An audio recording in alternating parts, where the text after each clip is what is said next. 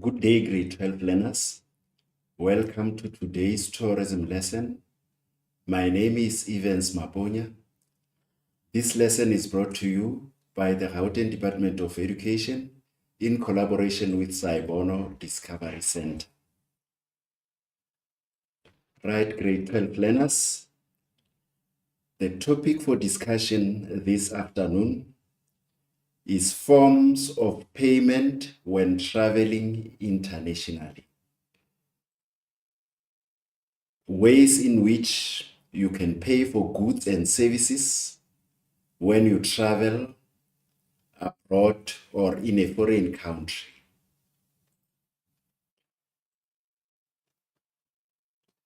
The topic will be assessed in the final paper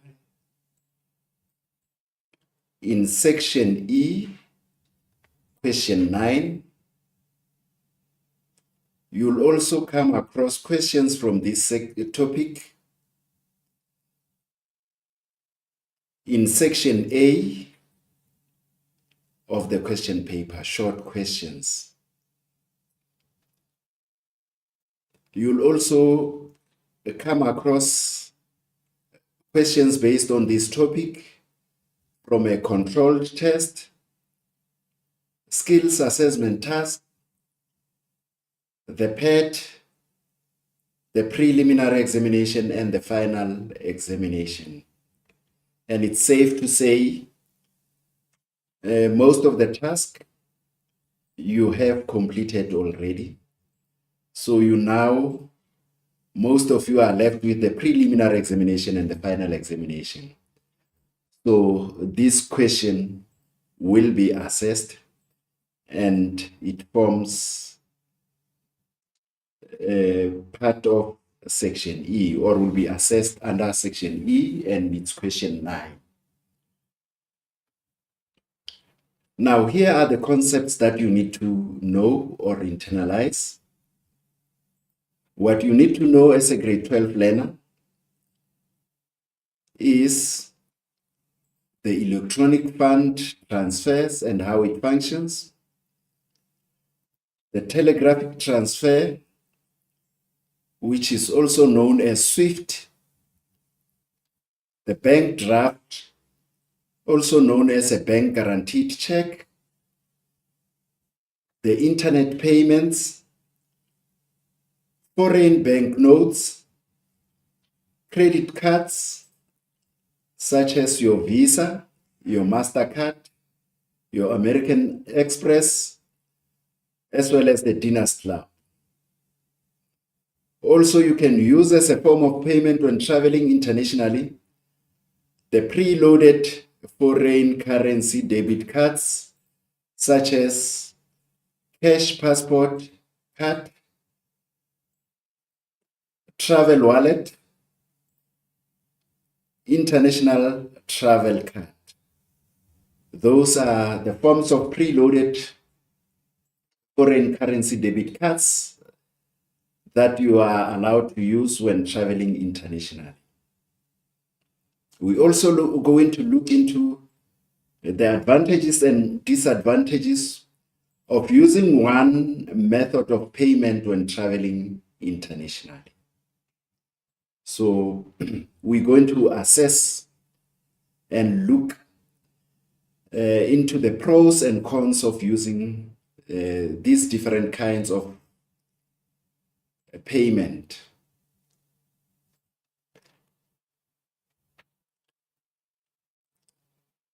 As we unpack the topic, forms of payments, you should be aware that there are several methods tourists can use to pay for goods and services when traveling in a foreign country. So as we looked at the concept earlier on, we have highlighted on various methods that would be used when traveling internationally. Each method of payment, we are told, has its own advantages and disadvantages, and therefore tourists need to do research or a thorough research before deciding which method is best suited to them.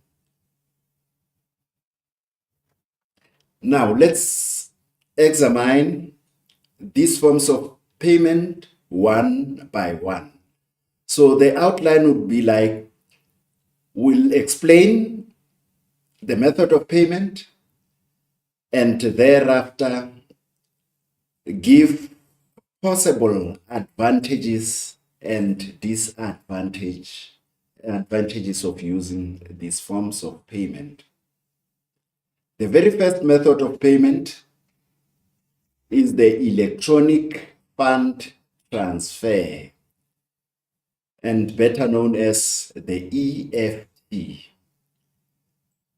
An EFT is the electronic exchange or transfer of money from one account to another, either within a single financial institution or across multiple institutions through computer-based system.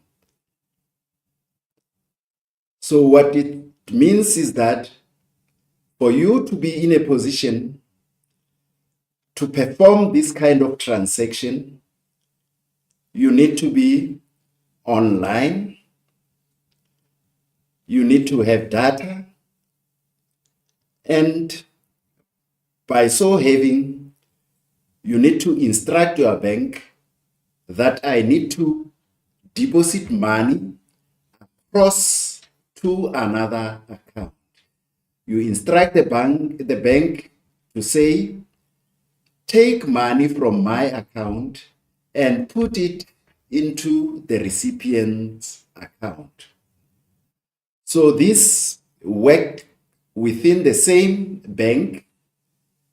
It can work between, for instance, ABSA to ABSA. It can work between FNB to FNB, or transactors are also allowed to move across different banks. So you can transact or you can deposit to Capitec, whereas you are a bearer of an FNB account.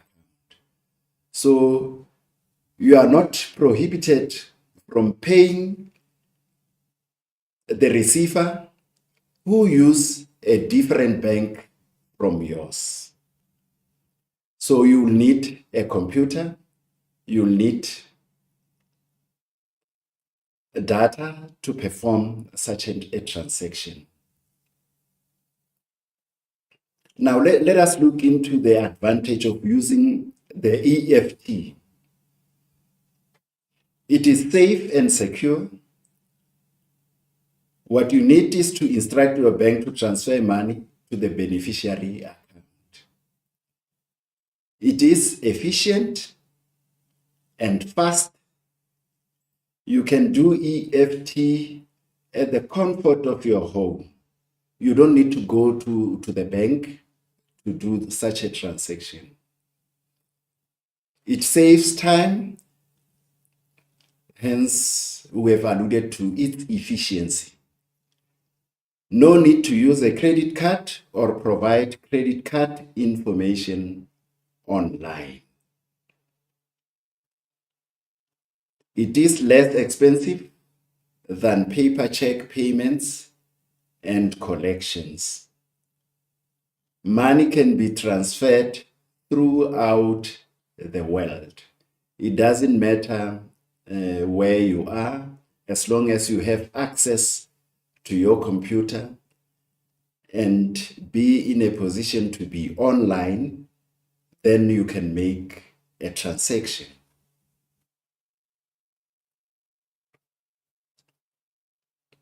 Other than the advantages, it has some disadvantages. And here they are. We are going to explain each of them as we proceed. The very first advantage is that it is a concern that the security is a problem. It is prone to scams. It is prone to phishing. And in everyday language, you call it hacking. It becomes easy for your account to be hacked if you indulge in electronic fund transfer, EFT. All you need is that you have to pre-register with your bank for internet or telephone banking. Otherwise, you may not perform such a transaction. So it is not ready-made, or it is not ready to use as and when you want. You need to register with the bank first before you get access into this kind of transfer or transactions. You also need a reliable internet connection for internet payments. I think I have alluded to this, that you needed data. Not only data, but the reception needs to be sound. You should try and avoid the use of a public computer for doing any internet payments. What it means is that you are discouraged from using internet cafes or any public computer open for everyone to use. The reason being, if you by any chance forget to log off, then the next user may have access to your account and not only access but can withdraw funds from your account. So it is very important that you avoid public computers when you do payments using internet.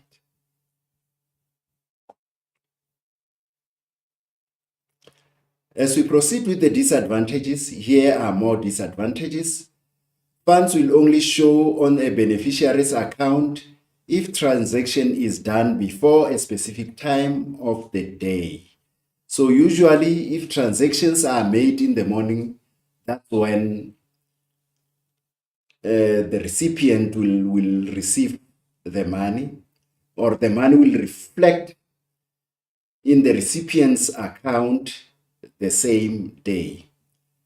But late afternoon transactions may take long to reflect in the recipient's account.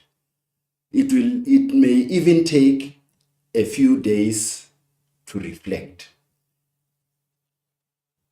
So it is very essential for you to understand that if you make such a transaction, you must look at the time of the day. Otherwise, you'll need to send a proof of payment to the recipient that indeed you have made a deposit. Funds might be transferred to or from a person's account on the incorrect date.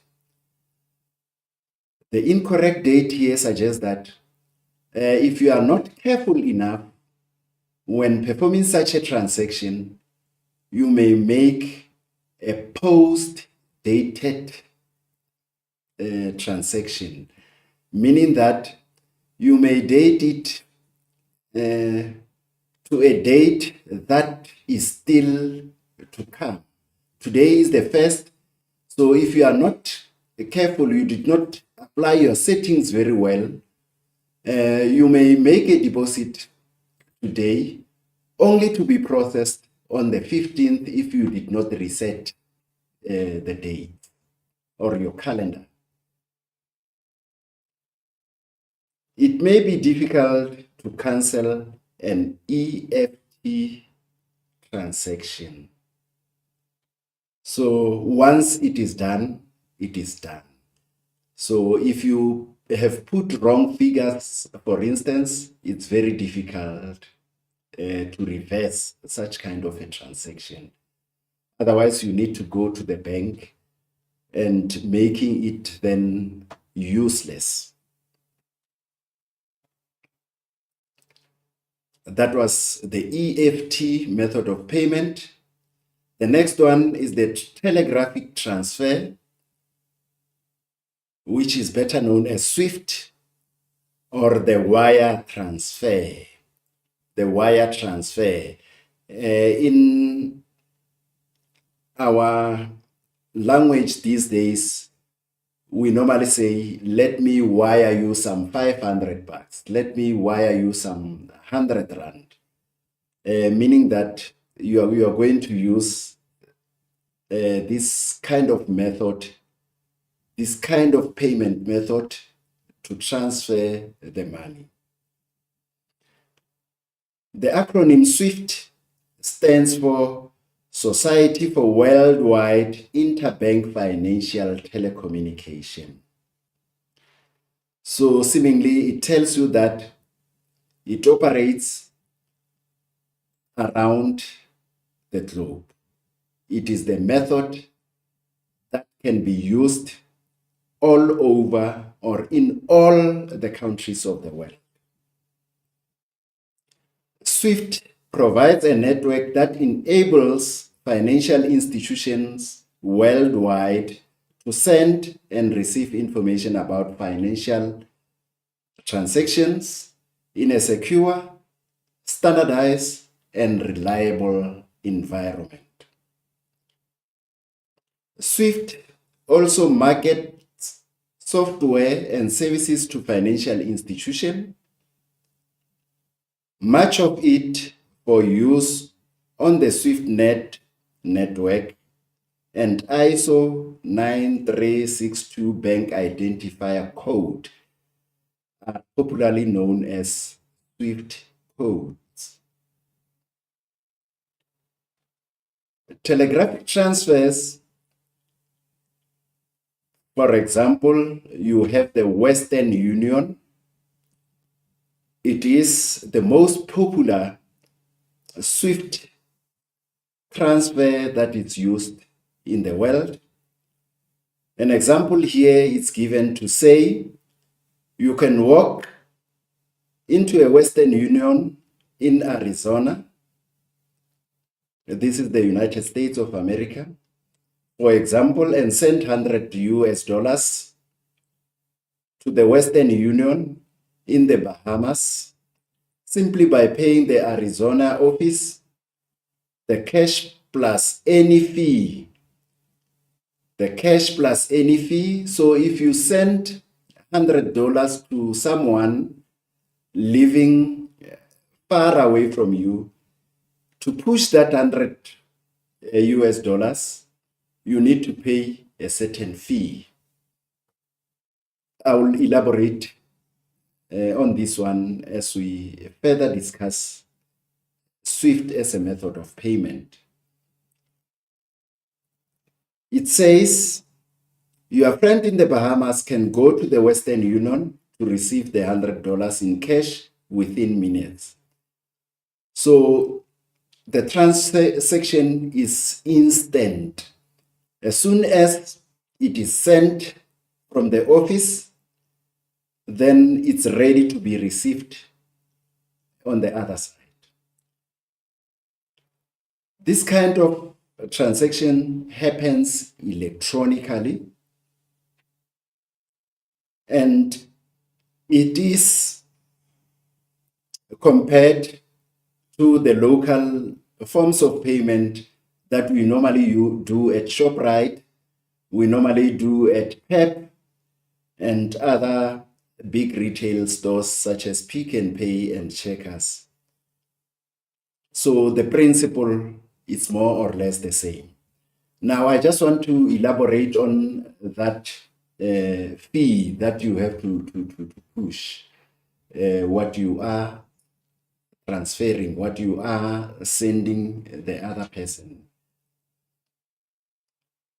In ShopRite, when you want to deposit or when we want to send someone money from a ShopRite cash point, if it's, say, maybe you want to pay the other person 200 rands, they will tell you you need to have an extra 10 rand so that the recipient on the other end gets a full 200 rand. Otherwise, it may not be the whole amount. So this explains the fee that was alluded to when you make such a transaction. The advantages of using this type of payment: it is handy when travelers do not have access to a bank account. It mostly suits people who don't have bank accounts. What they need, it's only their ID and the PIN number that you shall have provided. It is much more secure, and everybody wants to use it than other forms of payment.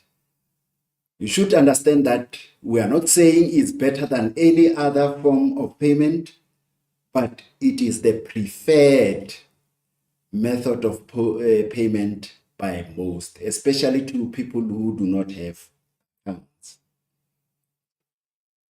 Another advantage is that it is paperless. You can save paper by reducing the need for checks and deposit slips, making them more environmentally friendly than standard forms of banking. So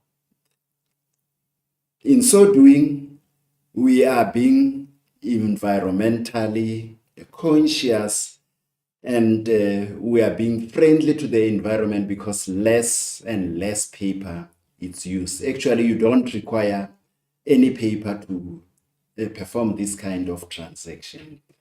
That is the advantage, one other advantage that we have. Now, the disadvantages of using this method of payment: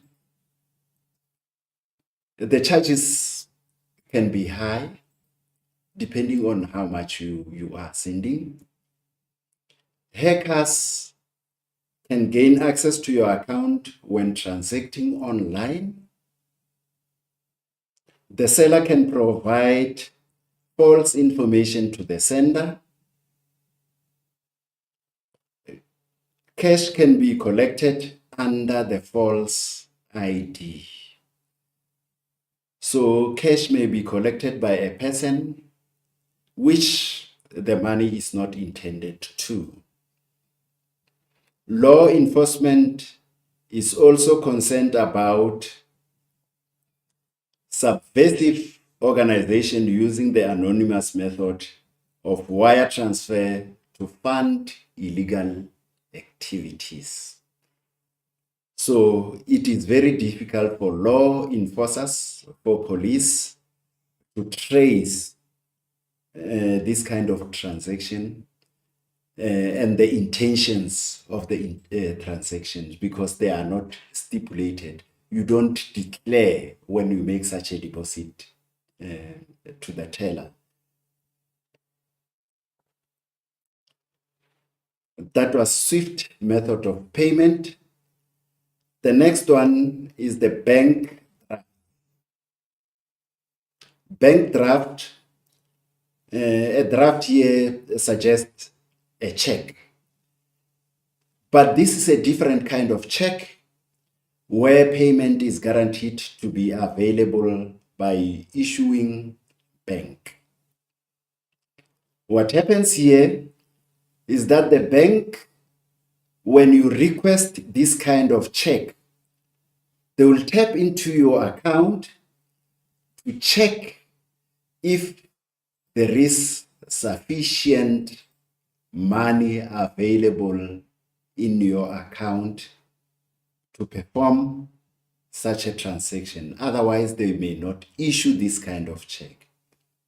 So it says typically banks will review the bank draft requester account to see if sufficient funds are available for the check to clear. So they may not write you this kind of check unless you have the amount equals to what you are applying for. Once it has been confirmed that sufficient funds are available, the bank effectively sets aside the funds from the person's account.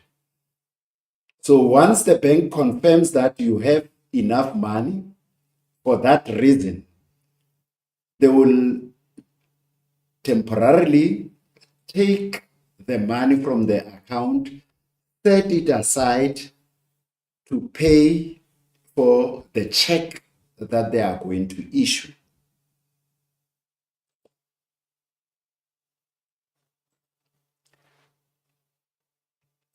The advantages. It is a cheaper, however, also slower method of sending money.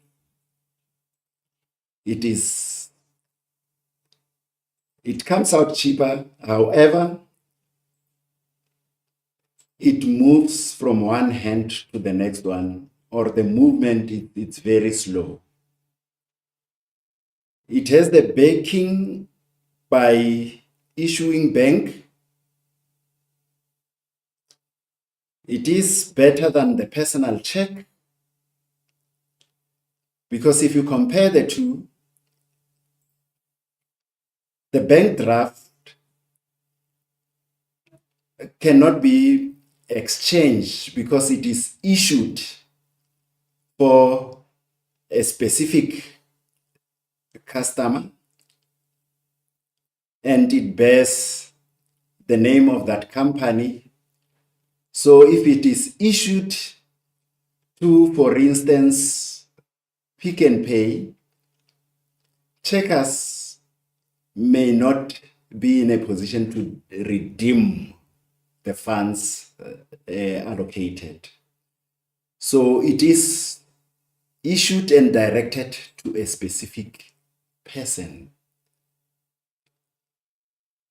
However, with the ordinary check, you can change it and without any security checks, you are given the money. Or someone can steal a checkbook and start issuing checks that he or on his name that he can change for cash. So that is the difference. This one is guaranteed that it is intended to pay so and so. The last bullet indicates that it can be made out to pay a named account to give it its absolute security. It is not general, it is specifically intended to someone. The disadvantages. Bank fees and charges are normally high. Drafts need to be physically sent, so you have to take it personally to the recipient, or you can post it or courier it. So this may take time. Hence, we have alluded to the fact that it is one of the slowest method of payments. The recipient cannot cash the draft unless he has bank account in which to deposit it. So you cannot cash out from the outlets. You need to first deposit it into the bank, and money would be released by the issuing bank. So those were the disadvantages of using a bank. The next method of payment is the internet payments. Internet payments describe any online payment on the internet. So for you to make such a transaction, you need to be connected to the internet. It's slightly different from the EFT, but the mode or the system is more or less the same. Internet payment system refer to various methods by which individuals and companies, including tourism businesses, doing business online to collect money from their customers in exchange of goods and services they provide. So you have examples of this internet payments. You have PayPal, and it is applied by banks such as FNB. So these are platforms where you can make use of the internet method of payments. Let's look at the advantages of using an internet payment. You don't need to carry cash always. It saves time. No need to go to retail shop, as you can shop online. This is what most of you do. You don't go to the shop. You just log into your internet, into your computer, and make purchases of items that you want or make payments that you intend doing. So it saves you time because you can do it wherever and whenever. Internet payment can also send money online to your family or friends using internet payment option. So with these option, you can transfer money to your family or friends, or you can do online shopping.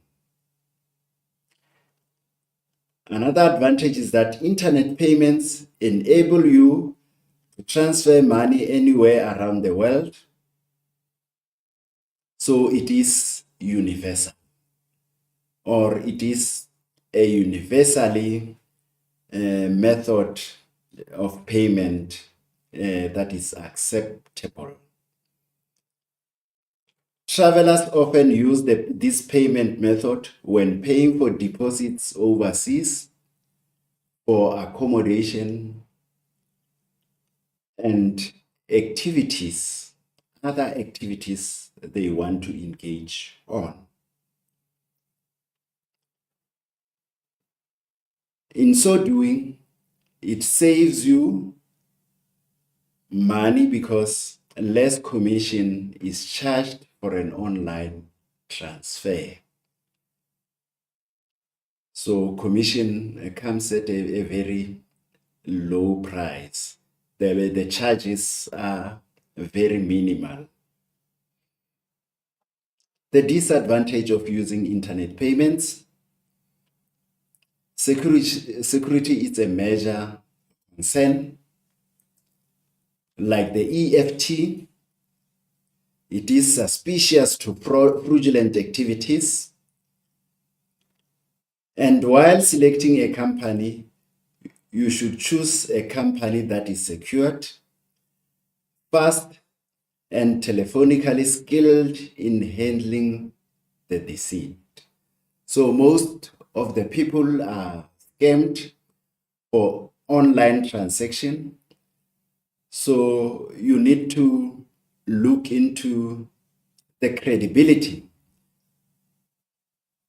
of the service providers so that you may not be scammed, and be in a position to make a follow-up telephonically in case you suspect that you are being scammed. Some online money transfer companies have access to only some countries. So some online platforms that allows you to transact often are limited to certain countries of the world. Another disadvantage is that you'll need a very reliable internet connection so that your transaction can go through, so that your internet payments may not be interrupted during the process. The last one, you should try and avoid the use of public computer doing these internet payments. We have alluded to this when we looked into the EFT as a method of payment. Hence, I have explained the fact that there is a thin line separating an internet payment from an EFT. Another method of payment when traveling internationally is a foreign bank note. The use of cash, it's also one of the important method of payment that you can use. So from our slide here, we are told that cash is the most essential method of carrying money abroad. So whether like it or not, you may not rely on these electronical methods alone, or the methods that we have alluded to earlier on. You need to have some cash with you. Even if you don't choose this as a primary method of expenditure, when you are abroad, make sure that you have some cash on you. The reason being, you will have some cash to spend in places that do not accept cards, and just use cards in the places, just use cash in the places that do not accept them. So not every retailer, not every business use the technology at disposal to process payments. So at some point, you'll need to make use of cash. So it is essentially so to have some banknotes when you travel abroad. Foreign banknotes or cash advantages are as indicated here. Cash is easy to exchange. That is one advantage. You give me 10 Rand, I give you the product. You give me the amount equals to the price of the product, I give you the product. And when what you have paid is more, I give you change. So cash transactions are the most simplest and well understood by most. It can be used widely. All places accept cash without qualms, without any challenges whatsoever. It is possible for you to get cash from your home country itself. So if I know I'll be traveling to London, I can go to any of the retail banks and buy foreign bank notes. You can purchase foreign bank notes before you depart or before you leave to a foreign country. There is absolutely no extra charge for making transaction when using cash. So some retailers would say you need to pay a certain percentage when you use your card, when you use your debit card, or when you swipe your debit card, there is an extra charge from some of the outlets, from some of the businesses. However, with cash, there is no extra charge. You pay for what you see.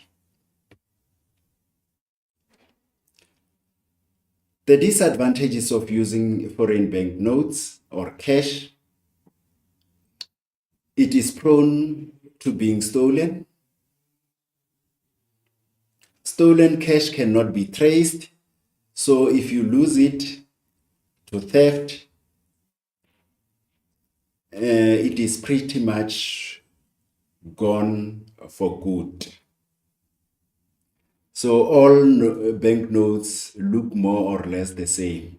You cannot claim that this is my banknote. So once it's stolen, it is gone for good. Cash would have to be exchanged to be used in a foreign country, which means that it would be affected by the fluctuation in the exchange rate.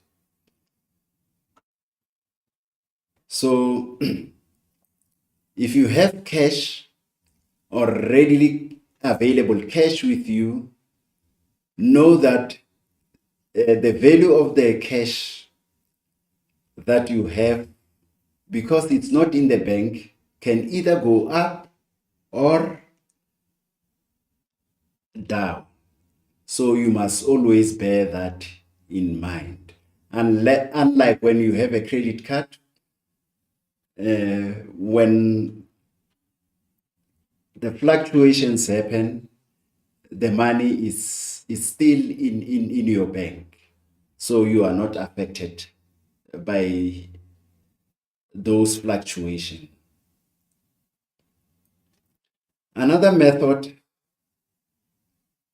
that tourists use when visiting or when traveling to foreign countries, it's a credit card, a Visa, MasterCard, American Express, and Diners Club. All those are examples of credit cards that travelers often use. A card is issued by a financial company or banks, giving the holder an option to borrow funds, usually at a point of sales.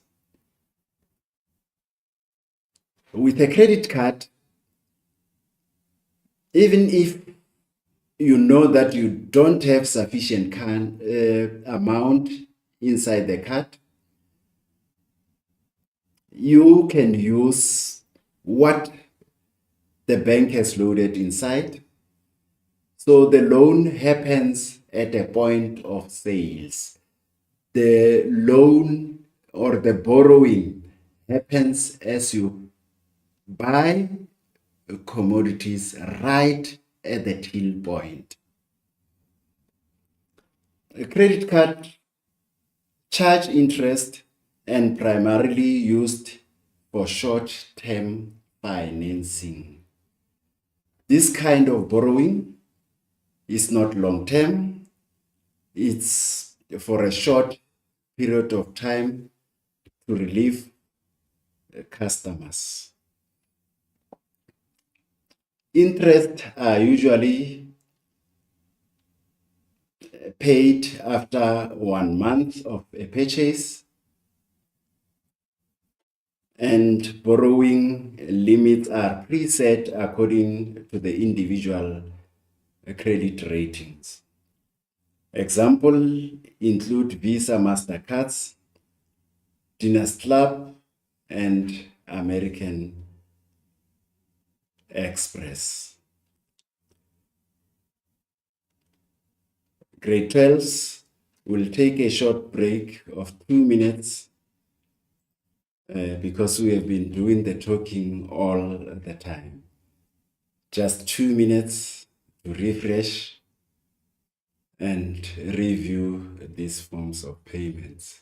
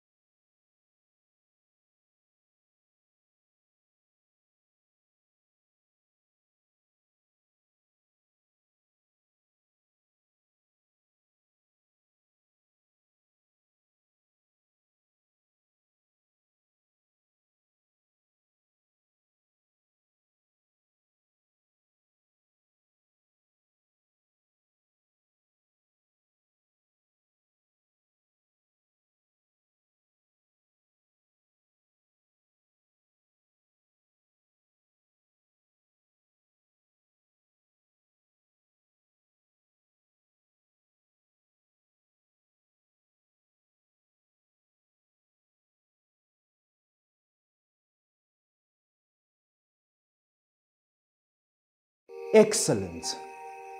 Excellence is a habit. Excellence is a quality you have, a quality I have. It's a quality we have when we honor what is true to us. Yes, we are gifted differently. uNkulunkulu akasinganga ngokufana. Excellence is striving for your best.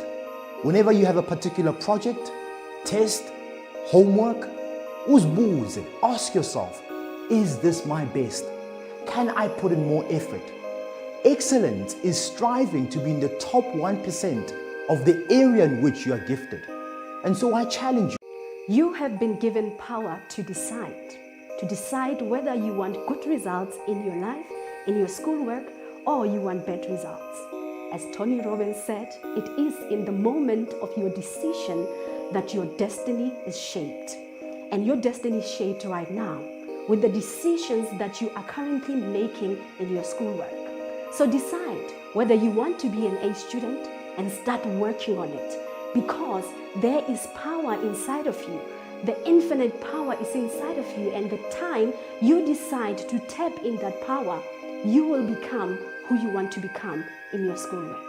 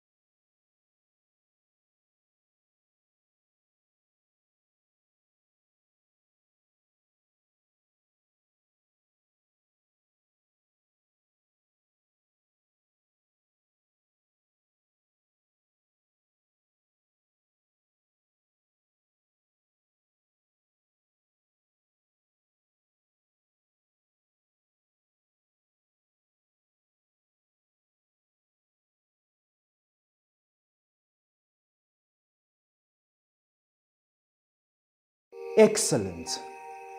Excellence is a habit. Excellence is a quality you have, a quality I have. It's a quality we have when we honor what is true to us. Yes, we are gifted differently. uNkulunkulu akasinganga ngokufana. Excellence is striving for your best. Whenever you have a particular project, test, homework,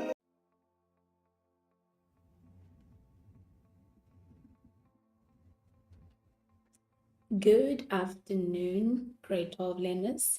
Welcome to today's business studies lesson. My name is your presenter, Celeste Ramashamole. This lesson is brought to you by the Free State Department of Education and in collaboration with Pakama Research and Development.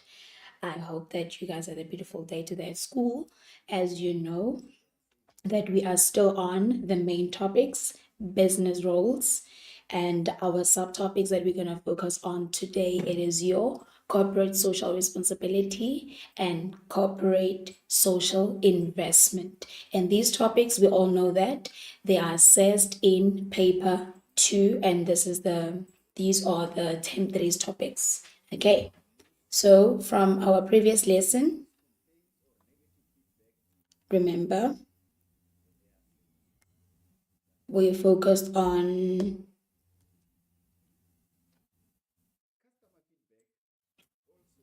attitude of gratitude. What does that mean? An attitude of gratitude is the quality of being thankful. It's the quality of giving thanks. Ubonga, ulebuha. It's to be grateful. You and I have so much to be grateful for. You and I have parents who make sacrifices day and night for us to be at school.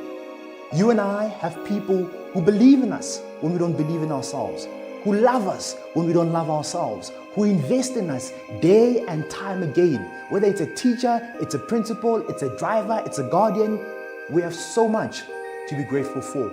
And so I challenge you, young person, be thankful. Ubonge, lebuha, be grateful each and every single day of your life. Strive to display an attitude of gratitude. You have been given power to decide whether you want good results in your life, in your schoolwork, or you want bad results.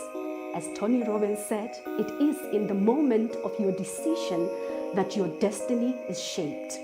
And your destiny is shaped right now with the decisions that you are currently making in your schoolwork. So decide whether you want to be an A student and start working on it, because there is power inside of you. The infinite power is inside of you, and the time you decide to tap in that power, you will become who you want to become in your schoolwork.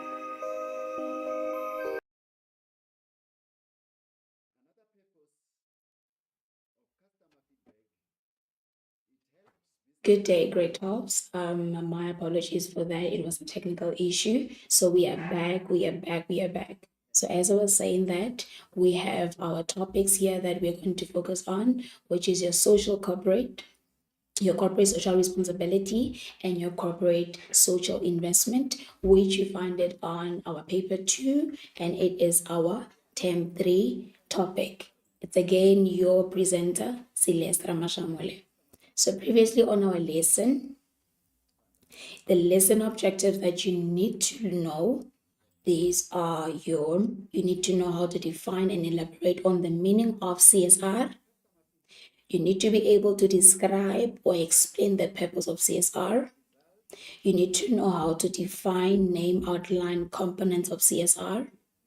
You need to know how to explain or discuss or evaluate or analyze the impact of CSR on businesses and community. You need to know how to be able to elaborate on the meaning of CSI. You need to know how to explain, describe the purpose of CSI. You need to be able to outline the CSI focus areas. By the end of this lesson, you must be able to explain, distinguish, differentiate the difference between CSR and CSI. Then you need to be able to explain, discuss, evaluate, analyze the impact of CSI on businesses and communities. Then that's about it. So as you are still there and you see your lesson objectives, so these are the things that you must be able to know by the end of this lesson. We are still on the topic CSR and CSI. Okay, so prior from our previous lesson, we all know that we were doing the social responsibility. So I would assume that you now know how to elaborate on the meaning of social responsibility. You now know the relationship or the link between social responsibility and your triple bottom line. Remember, the triple bottom line is your 3 P's: your profit, your people, and your planet. Okay, and then I will assume that you know to identify the socioeconomic issues given from any given scenario or a statement. As you all know, in metric, we only focus on the 3 socioeconomic issues. Okay, your HIV and AIDS, your unemployment, and your poverty. Okay, and then I would assume that previously you have learned about ways in which businesses can deal with socioeconomic issues. And I would assume that previously you have learned about ways in which we can contribute time and effort in improving the well-being of our employees, our communities, and that's it. And then another thing, I would assume that you have learned about the obligation to work towards improving the welfare of the society. And you have learned about the ethical viewpoint that says every individual or organization has an obligation to benefit the society as a whole.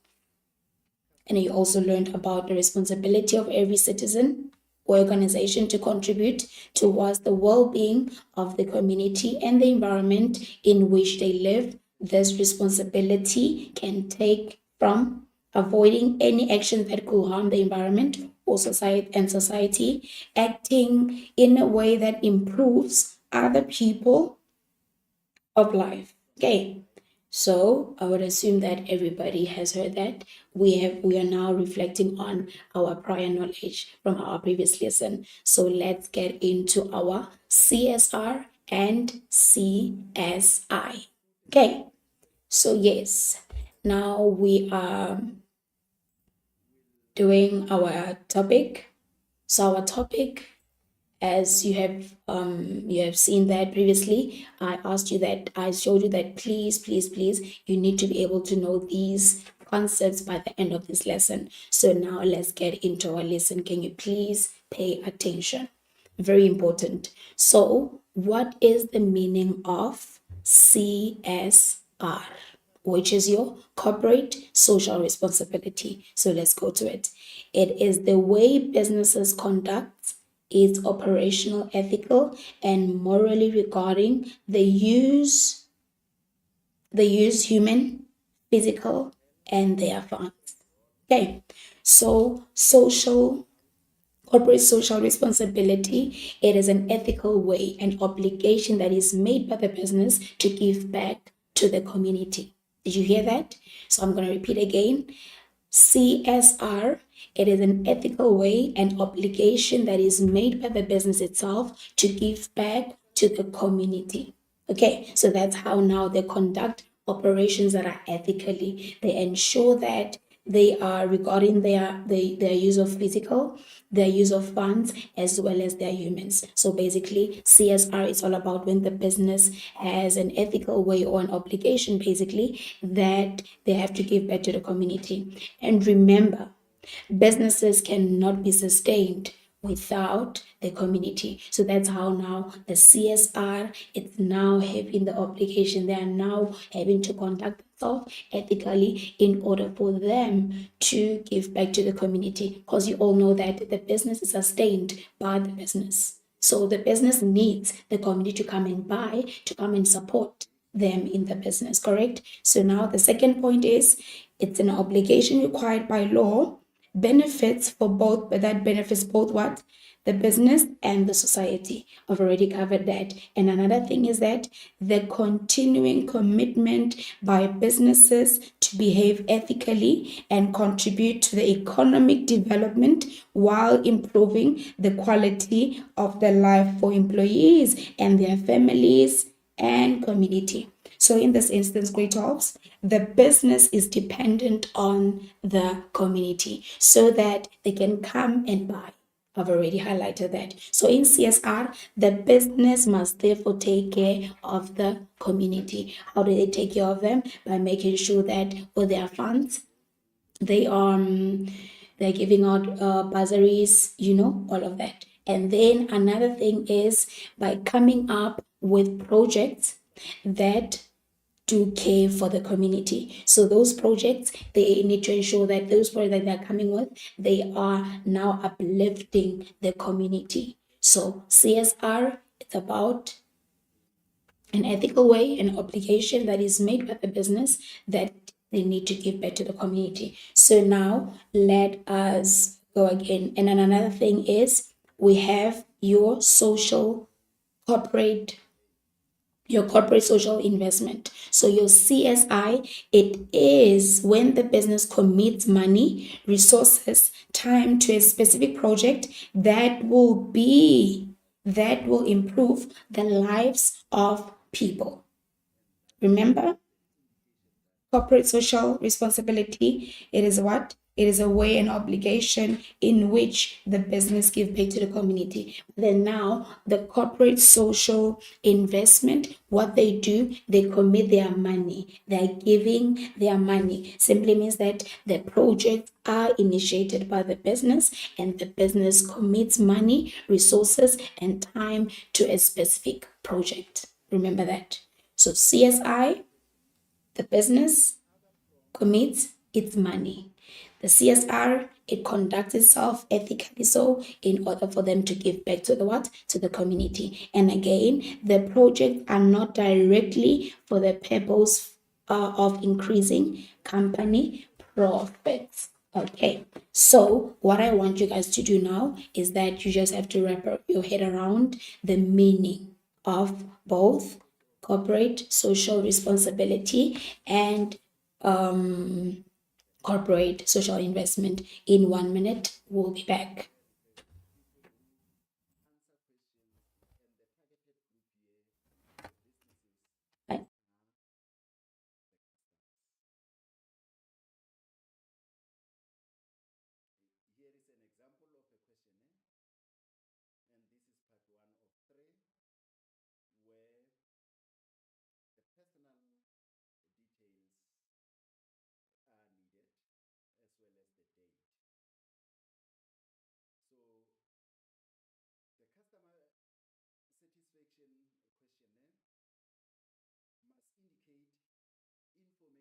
such as the logo, as you can see here, which identifies the business.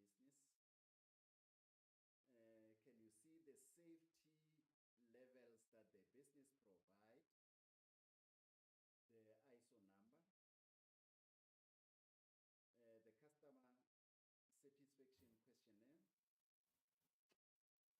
to some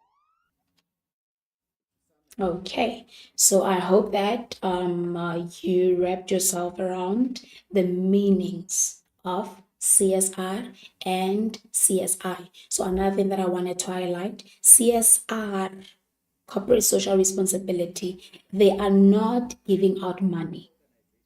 They're ethically conducting themselves in order for them to do what? To do for the community. And then corporate social investment, it is the one that is giving out money. They're giving out money. They're giving out money in the. They're giving out their money out in order to do a certain project in the community. So CSI, it is self-sufficient. It must be able to keep on operating. Okay, and then now let's move to the purpose of CSR and CSI. So now, as you can see that these things are in table form. So please pay attention. Already you know what is the meaning of CSR and what is the meaning of CSI and what do they do, right? They believe in this, they believe in this. Okay, so now let's look at the purpose of corporate social responsibility. So grade 12s, corporate social responsibility, their purpose, it aims at creating a very safe working environment for their employees. Okay, so it's creating a very safe environment for the employees, ethically so, remember that. And then the business operations addresses the triple bottom line through CSR projects to be listed on the JSE SRI. So now it is a responsibility of the business to ensure that the employees are safe in the workplace by giving them what? Safety clothing, by giving them helmets, by giving them every protective clothing that will make them to perform a specific job. Correct? Like, for example, the people that are working in the mines, they know that when they go underground, they need to wear certain shoes, they need to wear certain clothing. So it is the business responsibility to ensure that they are now creating a very safe environment for their employees. And another thing is that CSR programs are internally programs. They comply with laws and ethics. Remember that. They comply with laws and ethics. This simply means that the business must not come up with illegal programs. So that now the CSR, so the business operations address a triple bottom line. So in most cases, at all times, remember grade 12s, the corporate social responsibility, they need to go through the triple bottom line. They need to ensure that they are for people, profit, and the planet. They need to look after the planet. So their programs, they need to be aligned with what the triple bottom line believes in. Okay, and then now let's move to the to social corporate social investment.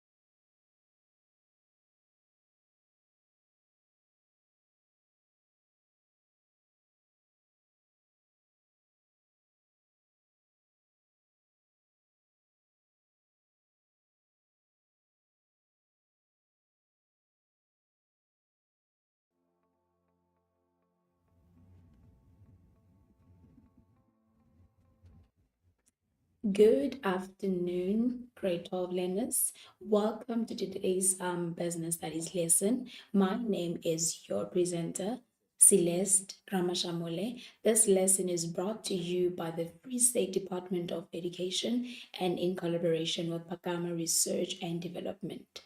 I hope that you guys had a beautiful day today at school. As you know, that we are still on the main topics, business roles, and our subtopics that we're going to focus on today. It is your corporate social responsibility and corporate social investment. And these topics, we all know that they are assessed in paper 2, and these are the term 3's topics. Okay, so from our previous lesson, remember, we focused on